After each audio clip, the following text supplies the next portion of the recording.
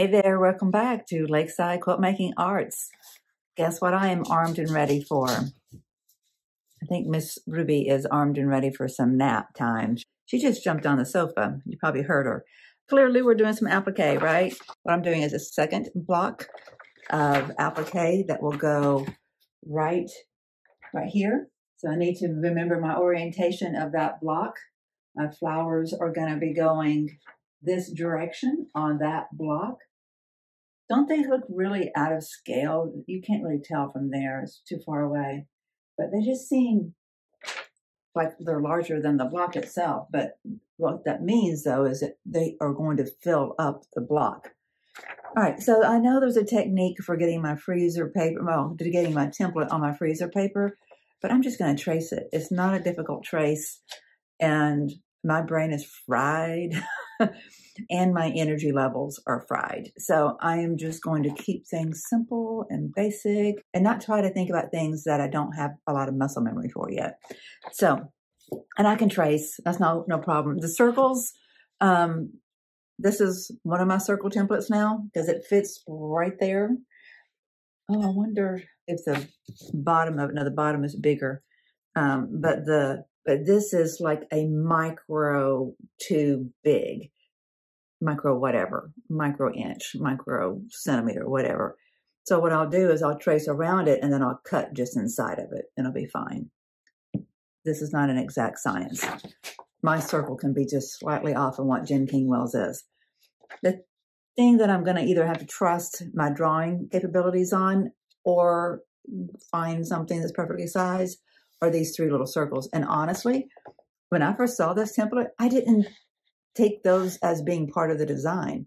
I just saw them as reference. You know, like sometimes you'll get numbers that are in circles and they're referencing different parts of a manual or of a drawing or something. That's how I saw that, which is kind of silly.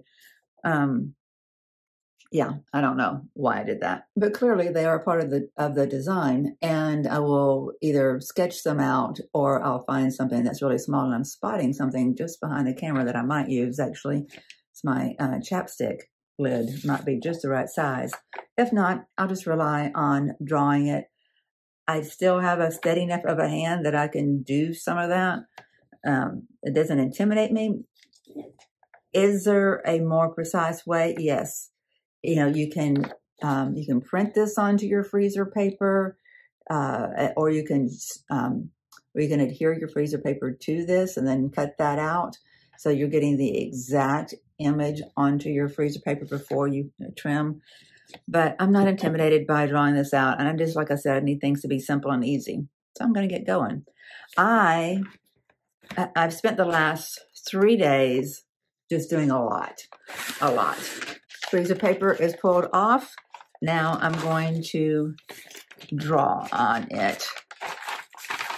And you can see through this well enough to do that. I'll show you. So you can see through that easily. And this is without any kind of light source behind it whatsoever.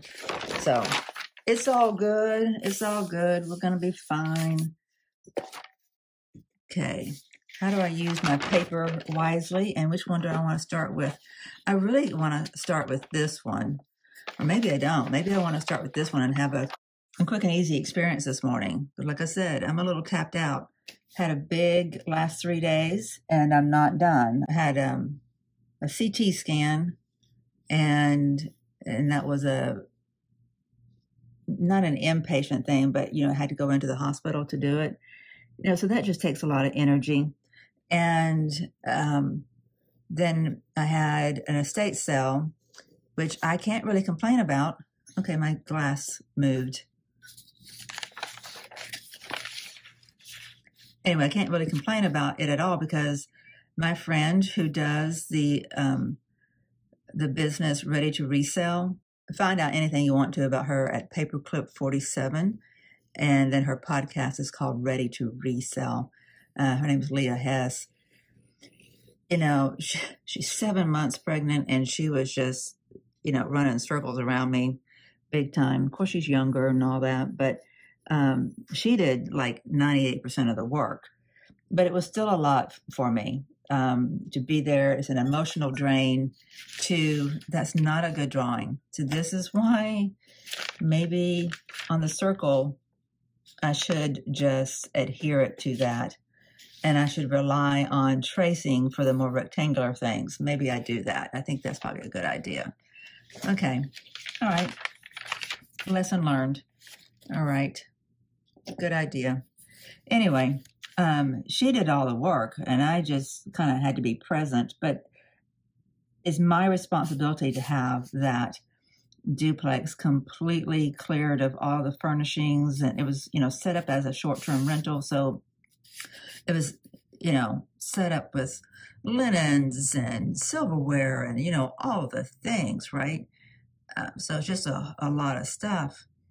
And so after the sale is over, there's still a lot for me to do. So I think the emotional drain of that was impacting my energy stores as well. And then just trying to think ahead and try to figure out, how do I use my time? How do I make sure that I'm still here doing the channel when I also have to be there, and, all the different things. So you leave yourself a 1/4 inch around that. So I can still get another one cut here. Do I want to use the same template? I could use the same template. Oh no, let's just go ahead and cut another one. I like to mark my center points. It's easier, not center points, my intersection points. It's easier then to make sure that I'm getting a line that is straight from point to point, because you cover up some of it whenever you put your ruler down. You're not covered up, but you kind of affect your line of sight. I should put it that way. If you're covering it up, you're not going to have a straight line. You don't want to create a shadow. You don't want to draw on the shadow side, so you have to know where your light source is. That matters too, right? Goes there, and that's shadow side.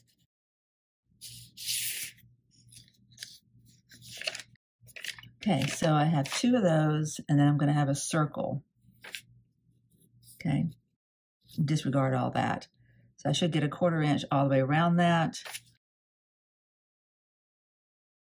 Okay, for this one, it's going to be a little shy of a 1/4. That's not a big deal. It's not too much shy. Okay, not too bad. So we did really good at the estate sale. The first day was raining, and just a trickle of people, and people didn't buy a lot, so it was kind of intimidating. I'm thinking, I put all this effort in, which again is a tiny fraction of what Leah was putting in, and the biggest goal is to have this place vacated before the closing. So there was just that process going on in my head. But everybody came back on Saturday when it wasn't raining and things were 50% off. And they didn't wipe us clean, but they really cleared out a lot of stuff. And so we're doing a couple of flash sales today and tomorrow on Facebook Marketplace. See if people will come and take the rest of the stuff, and everything that remains needs to go to a Salvation Army or something like that.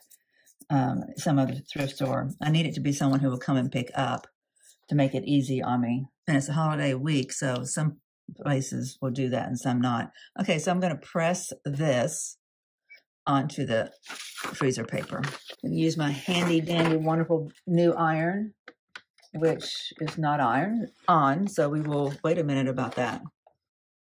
While it's heating up, I might draw out my template. So I have to just say right now, whatever errors you see in this video, just know that I'm doing good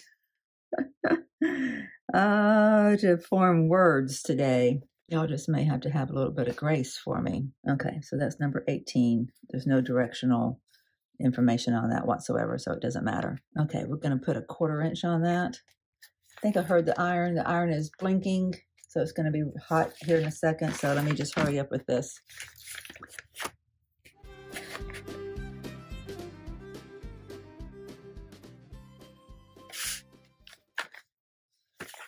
Okay, that's good. And the iron is ready, so now let's get the circle. Well, I'm gonna go ahead and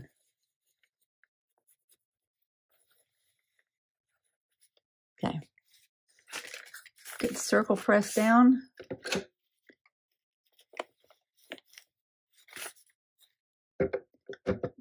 Nice and super easy. So I will go back over to the duplex tomorrow so I can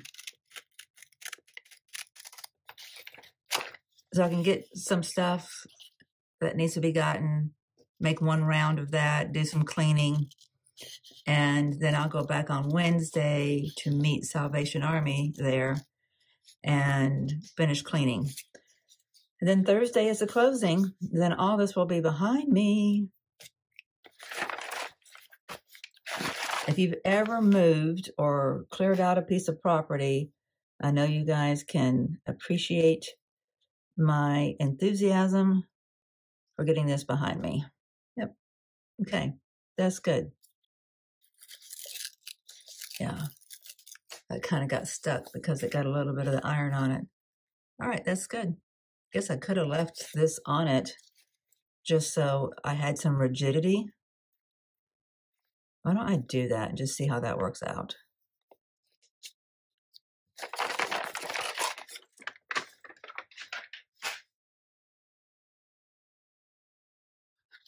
One of them. It's a good thing this freezer paper can be re-stuck more than once because I just pressed the iron here as well, and that wasn't needed. There, I brought one of the lights over to help your line of sight.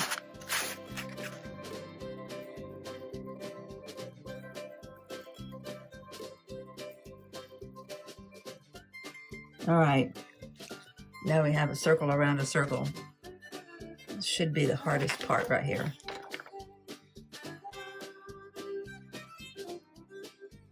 So what I do is I lay this down on the fabric so I get my fabric cut out to the exact size I need.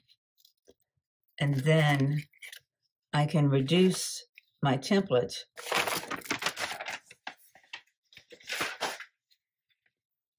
I'll go ahead and show you with this one. We'll kind of jump the gun a little bit. Which fabric were we using on this one? Let me see my pictures. So you're going to see in this video that I head down one path and you're going to think, okay, Dawn, you're not doing it right. Are you going to figure it out? Well, I don't know that I completely figured it out, but the other direction I could have gone, I went ahead and went there. You'll see. I do a side-by-side comparison of two different techniques. So even though you're going to be watching the beginning of this as if I don't know that I'm going to be doing that, it's because I don't know I'm going to be doing that. I didn't plan it at first, but I wanted you to know that from the get-go as you're watching this. So I'll stop talking about it and let you get on to watching it so you can see what I'm talking about.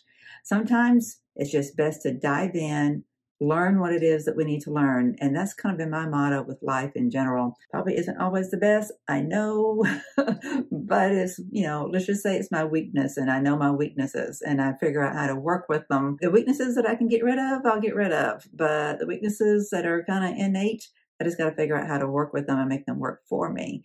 And this is one of them. I like to dive in, learn what it is I need to learn. And then next time that I'm watching a tutorial, I can absorb the information a little bit better. So go ahead and watch it, and I'll see you at the end. Okay, this is the fabric that we were going to use for this blossom. And all I've got to do is use this.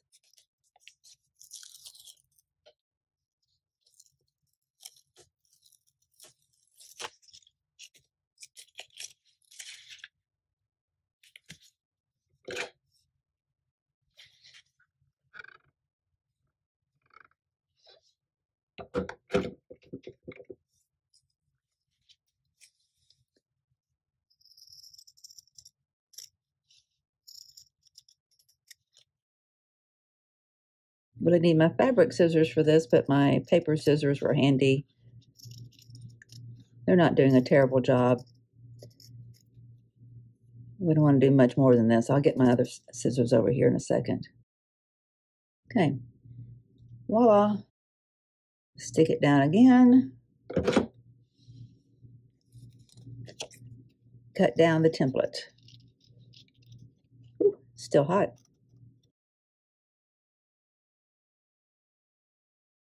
This may need to cool first.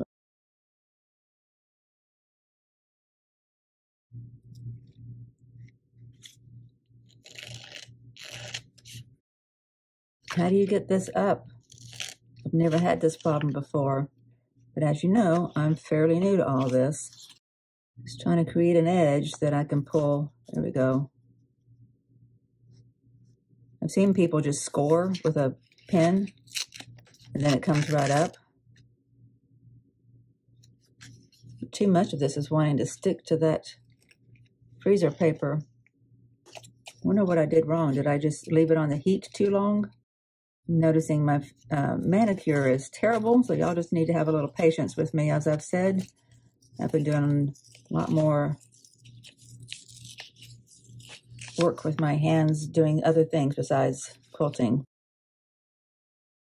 Okay. All right. Now, I think it's ready for some starch to turn it. And I'm not going to use my pretty new iron for this. I'm going to use my craft iron for this. Okay, so the way I think this should work, because it's on an outside curve, concave edge of a circle, it is a concave edge. There's going to be biases. So the way I think this is supposed to work is that I don't have to put any cut marks in. I had that revelation when I was doing the, what was it? Oh, the last Pick A Petal, the last block, or really the first block of Pick A Petal's appliqué.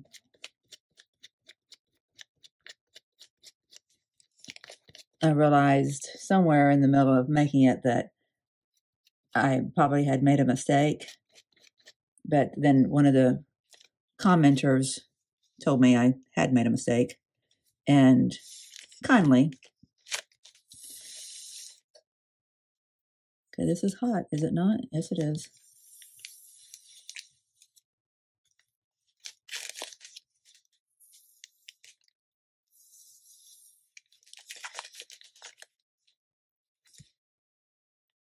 Wonder, I need my, speaking of manicures, this is a manicure stick.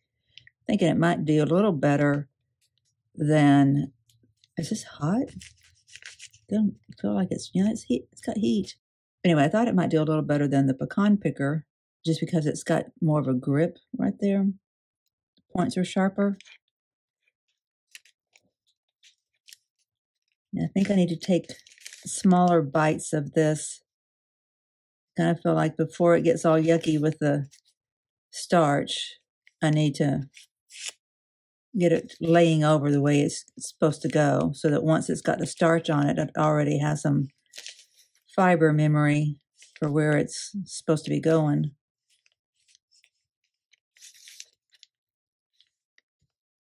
I don't need to take, see how that was turning into like a straight edge there? I don't need that. Need to take smaller little turns. I've seen people use like a basting thread that goes all the way around, and that pulls it, and then you can use that basting thread to pull it tight over this. I feel like that's for smaller circles, but if you know differently, let me know. Okay, now let's put some starch on this. Starch really only needs to go, I think, only really needs to go in that edge where it's turning. I feel like I'm severely overlooking something. I probably should have watched a tutorial or something before I did this. But as I said, my brain is a little tapped, but I wanted to be in the studio anyway. I hope I'm not creating muscle memory for something that's wrong, you know what I mean? For a wrong technique.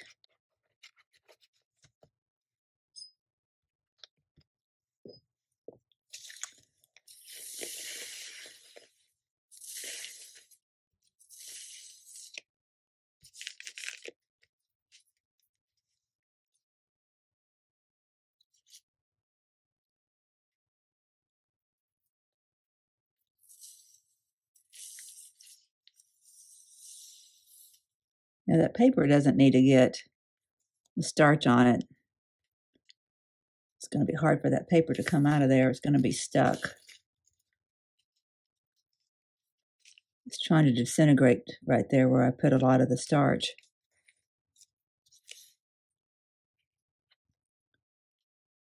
Probably should have used the plastic template for this. That's what I should have done. Yep. That's what I should have done.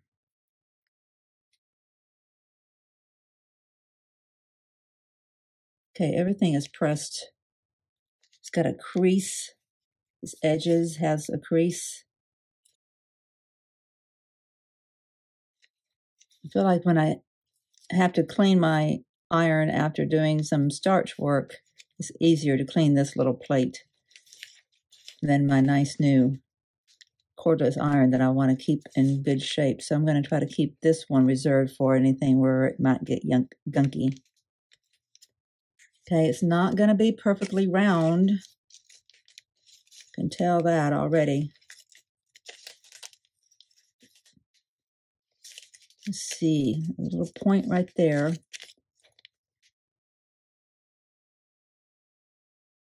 Alrighty. Not too bad. I don't like that point right there. I don't know what to do about it. Maybe that's where I put a little slit in it.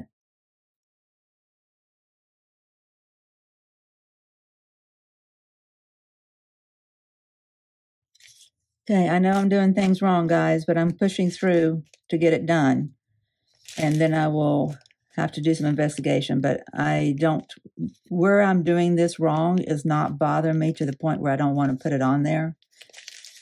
And I also don't think it's going to matter once I get my zigzag on there, because I think that's what I'm going to do with this one. Maybe put a darker pink on here, which I've got to get thread. So I know I'm not going to get to the point today of putting this on the block. I'm just going to get it pinned on there because I've got to get more thread before I continue with these appliquing pieces. Okay, applique pieces. Okay, so what's next? We have a circle. Now we take this out, if we can get it out.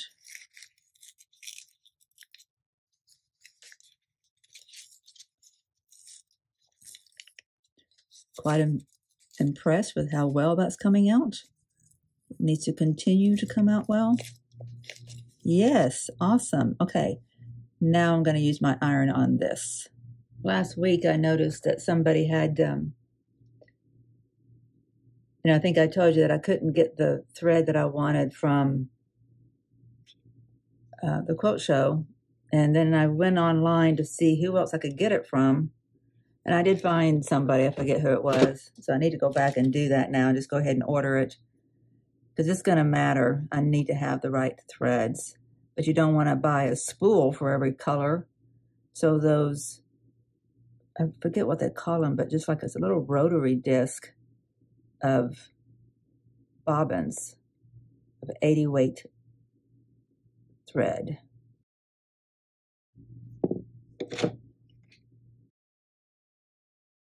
For a circle, it's got a lot of straight edges. This is pretty bad, guys. But I'm putting a zigzag on it that's going to smooth out those points. And I don't like that. Maybe by the time I get ready to sew this down, I will have researched a better way. It just isn't what I want to do today. That's not too bad right there. It's a nice little curve. I'm pointy there and pointy here.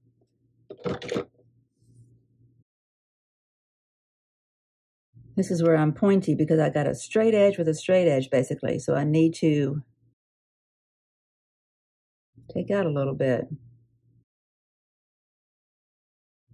Well, I don't know that I need to, but I think it is what I'm doing because it's going to help me to turn these edges a little bit without it bunching up.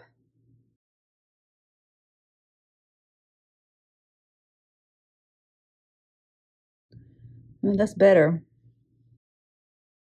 That kind of point I can deal with and cover up with the stitching, with the zigzag.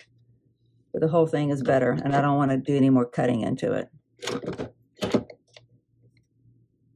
I know there's people out there that are laughing at me, saying, why doesn't that girl just go and look up what she needs to do before she does it? Sometimes you just need to produce. Sometimes you just need to be in the studio, learning things organically. And learning what not to do is sometimes just as valuable as just doing it right in the first place. It should be a little bit better. I wonder if I can make that point a little bit better. I know I said I could live with that one, but let's see if I can make it better. That's the one I just worked with, right? Yeah. So I need that. I'm going to leave it be before I totally mess this up. I'm going to leave it be and just cover it up with zigzag. So I'm a little flat here, a little flat there, and a little flat there. The rest of it I can live with. And that's not perfect, but this is not too bad. You got a little bit of that going here, just a little bit of a point there. It's not the end of the world, but these are definitely straight edges. I'm quite sure how to avoid that, except unless you do what I said, use this material so you can get a nice sharp edge and use your basting thread. I might have to do a video experimenting with the difference, show what I did here, and then do the exact same thing with this. Maybe I just go ahead and do that. I think I might. I'm not going to get done with my whole project today anyway. Why don't I just do this? Why don't we do that? Okay. So I need a bigger piece of my template. Let's see if this freezer paper has any sticking power anymore. It has just enough. That's pretty impressive. It's going to help if I don't make sharp points with my cutting, so my template doesn't have any sharp edges.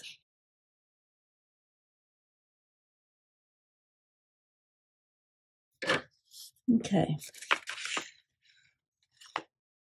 All right, I need to cut another piece of this, a little pink bees. I can do that. Called Local Honey, and it is by Heather Bailey with Figo Fabrics. Is this or Figo? Figo or Figo? Is that what all it says? HeatherBaileyStore.com for FigoFabrics.com. I'm not familiar with them. Now, I'm not going to cheap out on my seam allowance here. I'm going to make sure I've got a 1/4 inch. Where did my little marker go? I don't know why I think this is supposed to be 3/8, but I think it's supposed to be a bigger seam allowance. So that's what we're going to do. I'm going to mark a 3/8 all the way around. Oop, that's right on the edge.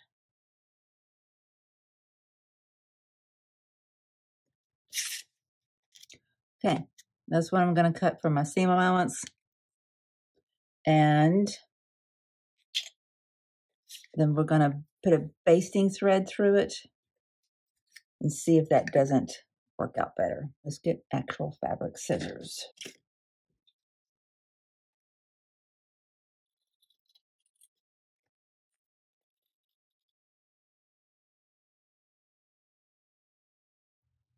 Okay. I'm going to press it flat. Clean up my station. Get a thread and needle. Looks a little flat over here, but it won't matter. As long as I got enough room. So this is where it looks flat, and I cut it a little bit shy. It's okay. I just need to put a thread in here and be able to then loose a big stitch and pull it. That's my experiment. I feel like I now understand why it would be better to have big, wide seam allowances. These are too narrow here. Don't know if I defaulted to my standard 1/4 inch here or if I cut it wrong. I think I just defaulted to marking a 1/4 instead of 3/8. Okay. Okay, this shows you what kind of mood I'm in. These are just the needles that I bought last, so they were on top of the pile, and I'm just gonna pull one out. It's a chenille, so it's got a giant eye. I'm using, I think this is a 50 weight, just a contrasting thread so you guys can see it, and it's not one of my more precious threads, so I don't mind wasting it, if you will. I don't need a lot. I need enough to go around the circle, right? That might be about halfway around the circle. So that would be another half with a tail. That's fine. Okay, I'm just going to put big stitches in, you know, about, I guess, 1/8 away from the edge. That's more than 1/8. It doesn't seem like it's quite a 1/4 either, though. These may be too close together. Don't know. Maybe they're supposed to be bigger stitches, but it seems like this size might be fine, because then I'm pulling the edges of the fabric over on the template at more regular intervals, smaller intervals, so you don't get any of those straight edges that I was getting in the other technique. Let's just pull that through there. I'm not bothering with the thimble for this. No much more trouble than this is.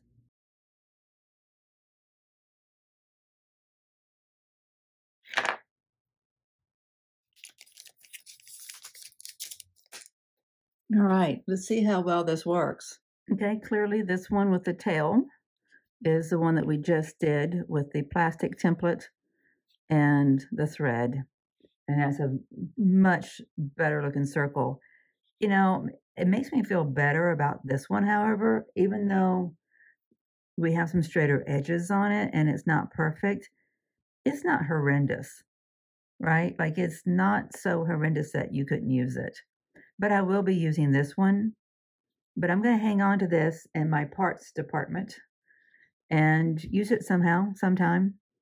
You know, whenever I get things like this, when I'm putting together a quilt, I think, that maybe gets used in the label somehow, you know, maybe I do some kind of really creative label and it's got some applique in it, or, you know, I just put the name, I use this as my label and I just put the name in here. Part of the label has things written on just this one element, this one unit. I don't know.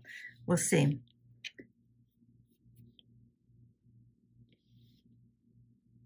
Okay, let's move on to our blossom for the other flower, the tulip. Now, if you remember, I cut this from just some textile that I had saved, and I couldn't remember at the time what it was from. Then when I was editing, I remembered this was a material that was used in wrapping some flowers that were sent to me after Zoe passed. And I felt of it, I thought, that's got to have some purpose in the studio, and it does. So think about what is somebody else's trash that might not be your trash. Okay. This is perfectly, no, not perfectly. This is decently sized for the inside of the bloom. This is size for the bloom plus the 1/4 inch seam. So I'm going to use this one to fussy cut my fabric. And I'm pretty sure I want to use the butterfly that we talked about last time. Let me get that over here. These are my 2 leaves. I'm going to keep them separate. Okay. I want to make sure that I get this butterfly lined up. So having a transparent template is good. Okay, since this is the bottom of our blossom, I want to make sure that my butterfly fits in there. See, with this blossom, we're going to have bees. With this one, we're going to have butterflies. And what are you supposed to have on your flowers in the garden? You're supposed to have bees and butterflies. They're pollinators. So I think this is perfect. Okay, so I'm going to do that. And I'm going to just kind of go around the edges of it. And then I'll use my actual template for cutting it out, because this doesn't really have an edge to it. to really draw properly, but it has enough of an edge that I can put these little dashes in. And then I can put this on there.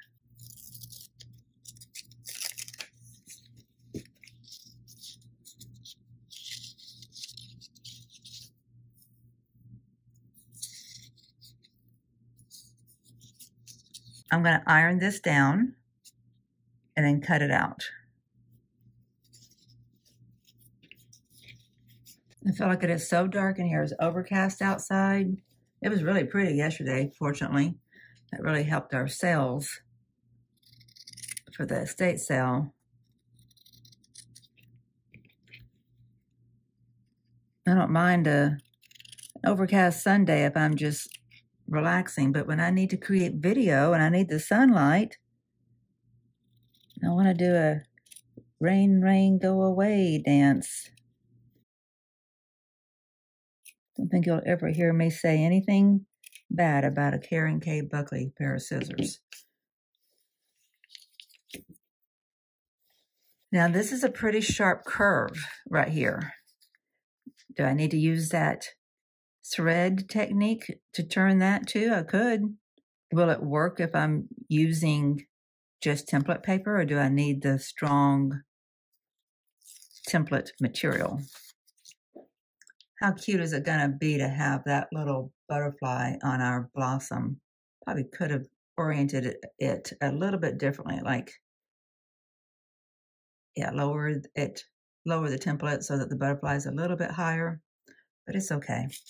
It is okay. Okay, so how do I want to do this?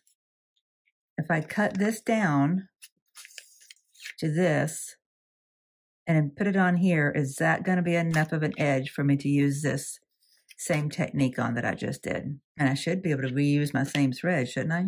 Okay, I'm going to get my paper scissors and trim that down. Okay, let's just see how this works.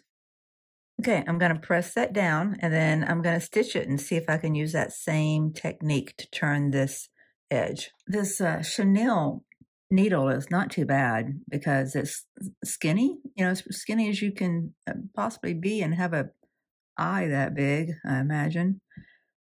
Okay, let's separate these two threads. There we go. Come on, separate. There we go. And make sure I'm pulling from the right direction. Doesn't feel like it's sliding. It's got some tension points where it's stuck. Maybe the starch is making it. Maybe I do a bit of unstitching. I'm using the needle side of the, I'm sorry. I am using the eye part of the needle so I don't stab it. I don't know why it's giving some resistance. We're just going to help it out. Alrighty. That one is preserved. It's fine. I can reuse this thread. See how this goes. So it's not a complete circle, but it has a large concave edge, so it should be fine. Come on, get my fingers to working. So I think my stitch length before was just fine. They were almost 1/4 of an inch, each one of them. No less than 1/8, but don't know that they were a full 1/4. Maybe 3/16.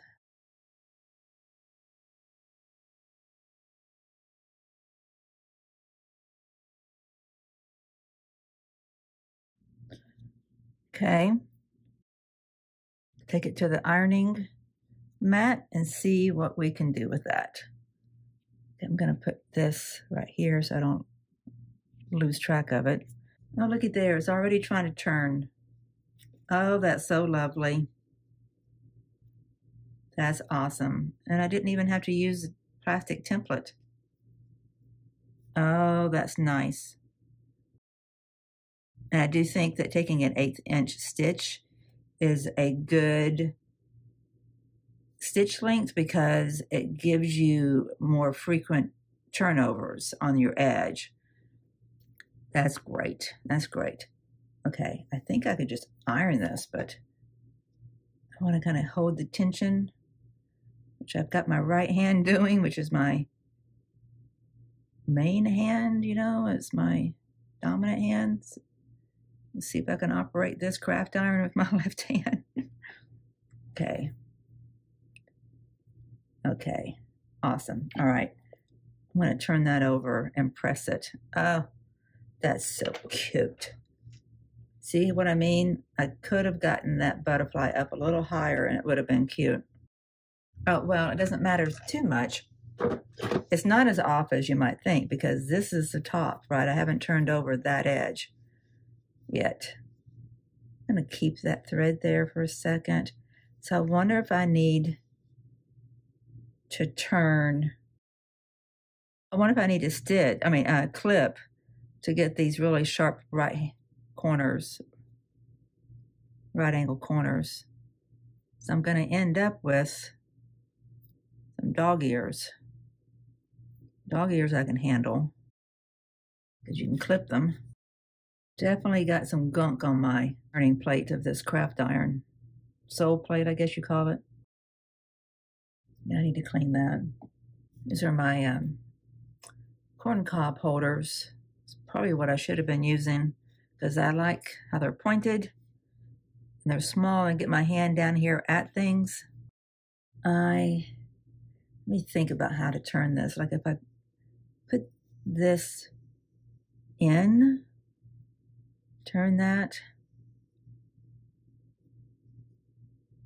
and then this turns. Let me press that before I cut anything and see what that looks like. On the right side, see what it looks like on the right side. It's gonna be bulky. Looks good.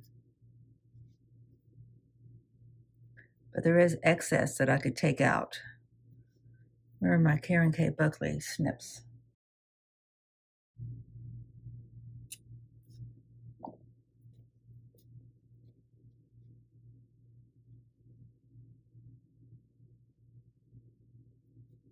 That's nice. That's fine. It's a lot less bulk. Doesn't feel heavy. That's good. Guys, this cordless iron is great. Not having to worry about the cord when you got all these lights and stuff like that. I'll tell you what mistake I made. Look, there are my ink lines. My little template, see-through template, wasn't as big as my actual template is. So what I want to do is turn my edge, make this flower just a little bit smaller. Okay, we can do that.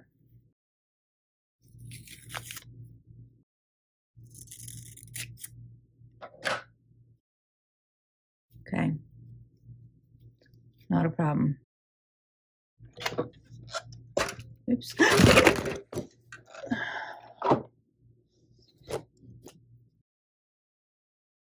Well, I was just talking about how nice it is to have a cordless iron and it doesn't get in the way of all the lights and the cords and stuff that are around here, and I've been knocked over my camera by bumping into it. Okay. Okay, so that's going to cover up my ink marks just fine. It's going to make my butterfly be more in the center. I like it. It's good. Now the only thing I really need to work on, oh, this is off. When did this get off?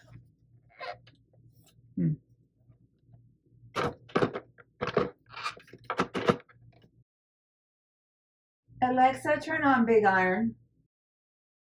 Alexa had turned off my iron for me because I have the smart socket programmed to do that in case I ever forget, leave the house for whatever reason. So when it gets hot here in a second, we'll use that iron again. Okay, so I'm going to do that, and then I'm going to do that. So I'm going to have excess bulk.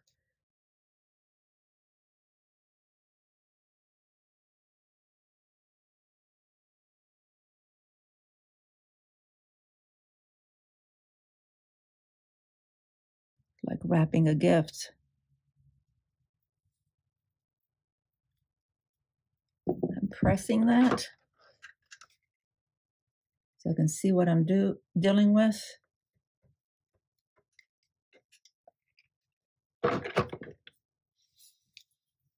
Okay, that's my excess.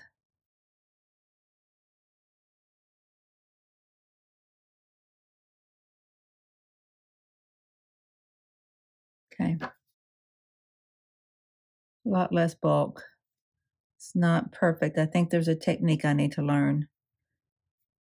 So at least diving into stuff like this tells me what I need to pay attention to when I am watching the other tutorials.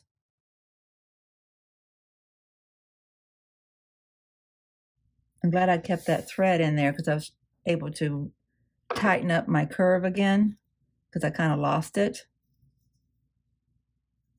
Pull that thread out of the way so I don't snip it. Get rid of some of this bulk. It's not enough of the bulk.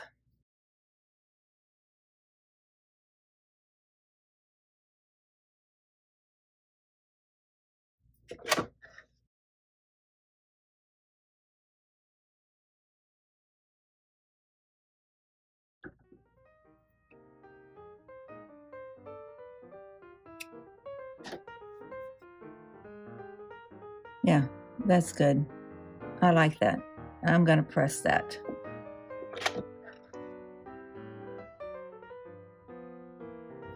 That's going to be pretty. I like that. Let me take this out. Well, let's leave it in there while I pull my thread.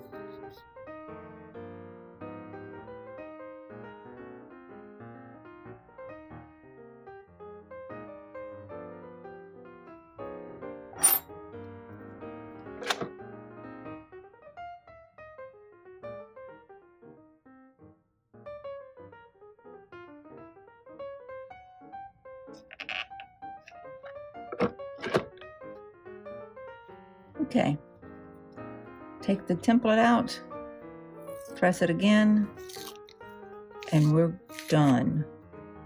This is kind of fun. It can get a little tedious.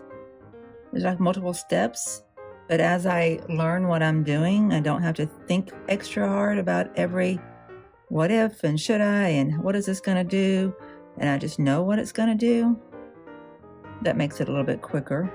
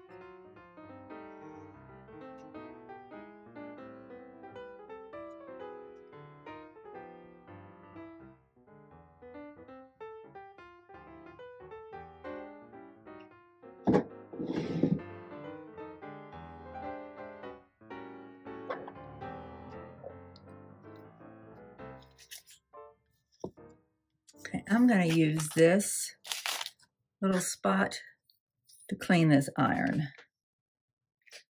Shouldn't take very much of this.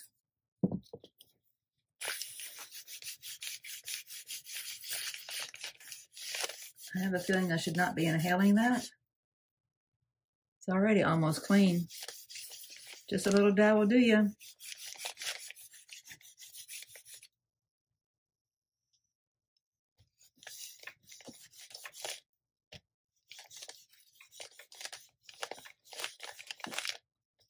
Trying to get that edge too.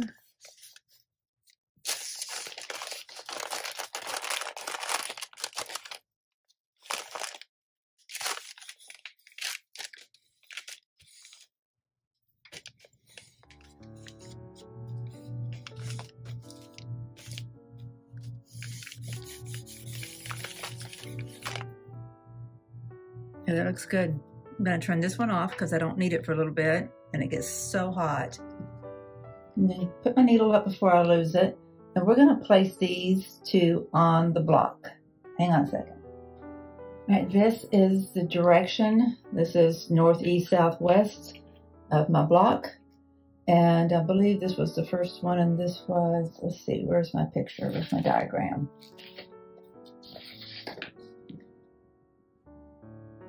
Yes, this one goes like this. I'm gonna get that pinned on. This one goes pretty much like that.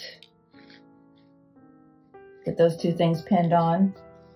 And you know what I'm gonna do? I'm gonna take this edge that was a little straighter and put that where the stem meets it.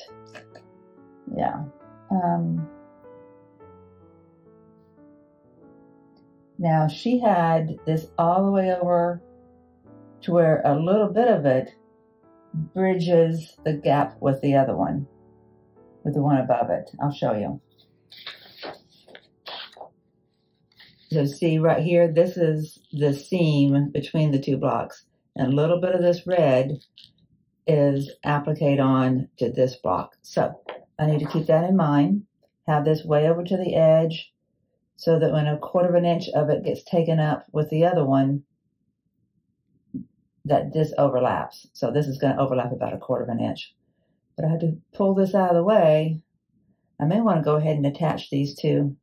Why don't I do that so that I'm going to go ahead and do that real quick.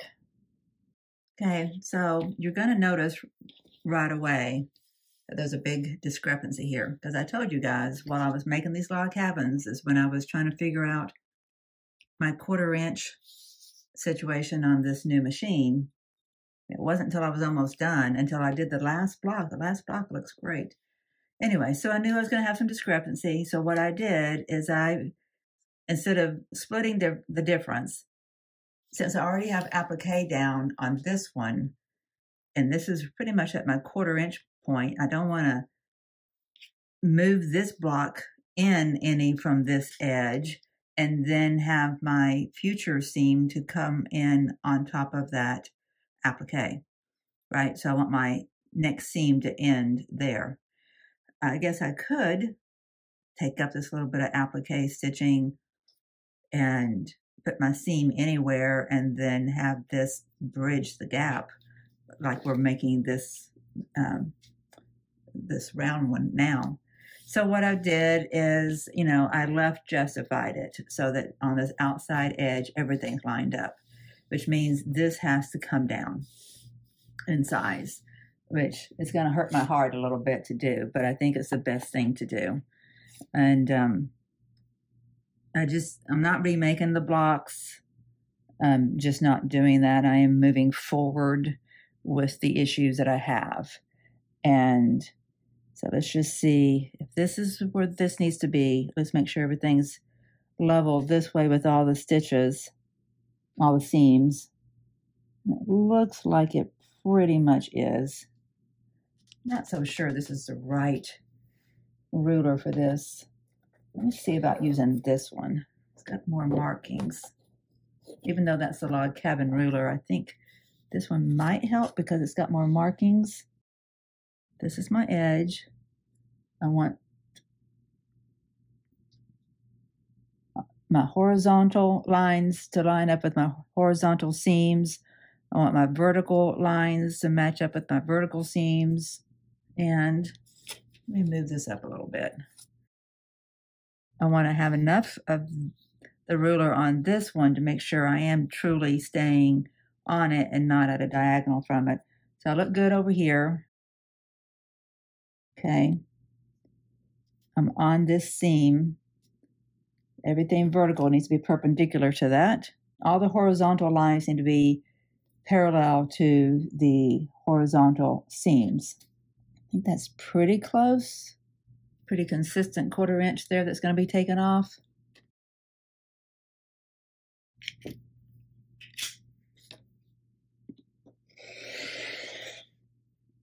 Well, I forgot I put a new blade in. That's lovely. Okay, so that red is going to be that's a much skinnier seam. All right, it's not the end of the world. I knew I was going to have to make some fine adjustments somewhere. Okay, now let's go ahead and get these two little guys put where they're supposed to be. So now this one, we said we were putting the straight edge down where the stem hits it. This is where our seams overlap. And I think the picture had it hitting this seam here, overlapping there. I'm going to put 2 pins on it. Okay. So I don't know if you can tell, but my edges are coming up. I did not use starch on this one, and it shows because those fibers are wanting to unfurl. Okay, where is this one? This is kind of in line with that. It's going to be a much shorter stitch. Its stem goes this way, and it does get cut off and down here. Interesting. Yeah, it's lined up with the top of the square or the edge of the square. Pretty much in line with it.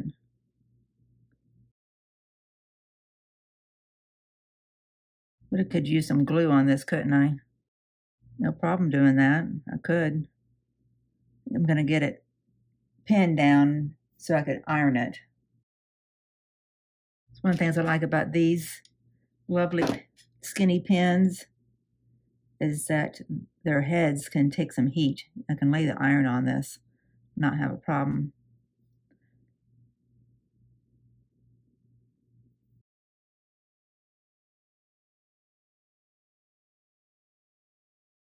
Okay, I'm going to press that just to help it remember where its edges are supposed to be.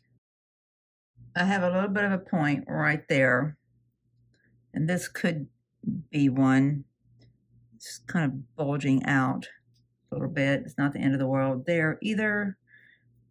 Just all it means is it's handmade and not perfectly made by a robot anywhere. Okay, lovely. I'm going to use a brush to point. Hopefully you can see it from there. So this stem is going to curve this way. And this one is going to curve this way, which is why it really mattered to me that I have this block with this applique on it up here. It just seems like it's creating a bit of a bookend, like it's capping it. It's like it's curving down this direction. And then this one is going to go the opposite way. And I didn't want it to be on top. It just felt like it was open-ended. This feels like it's enclosing this section of applique. So this one goes this way, and this one goes this way. So they kind of go the opposite of each other, like away from each other, where these two go in towards each other. And that's, you know, the next one is going to go that way, and then starting from the same edge. So this one, there's going to be just one on here, and it's going to go this way. And this one is going to go the same direction, but it starts closer to it. It's like they're kind of connected here. That's cute. I'm excited to see this come together. Hey, my friends, it wasn't really a very pretty pathway to get here, was it? But it's looking okay. I think it's going to be a pleasant little block. It's not going to be obvious to anybody who's going to be receiving this quilt that I was learning while I was doing these two blocks, I don't think. I'm going to do my best to make sure that they don't look like a learner's block. There is nothing wrong with learning on a quilt. You don't have to just do practice pieces that get tossed.